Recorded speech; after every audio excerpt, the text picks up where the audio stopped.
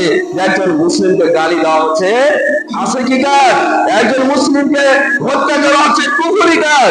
আল মুমিনু গিররুন কারীম, প্রকৃত একজন মুসলিম মুমিন হবে ভদ্র নম্র, ভদ্র নম্র, ওয়াল ফাজির খাব্বুল লাইন, আর একজন পাপিষ্ঠ ব্যক্তি হবে, সে হবে রূঢ় স্বভাবের, সে হবে চরিত্রহীন, তার ভাষা কর্কশ ভাষা থাকবে, তার মধ্যে নম্রতার কোনো লেশ পাওয়া যাবে না।